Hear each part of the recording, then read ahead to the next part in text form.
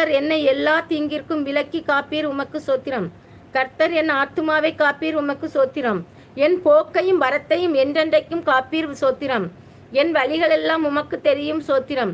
எனக்கு முன்பாக கடந்து போகிறவரே, உமக்கு சோத்திரம்.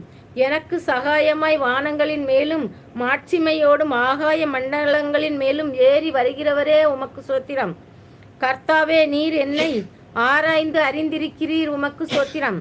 என் உட்காருதலையும் எழுந்திருக்கலையும் அமர்ந்திருக்கிறீர், உமக்கு சோத்திரம்.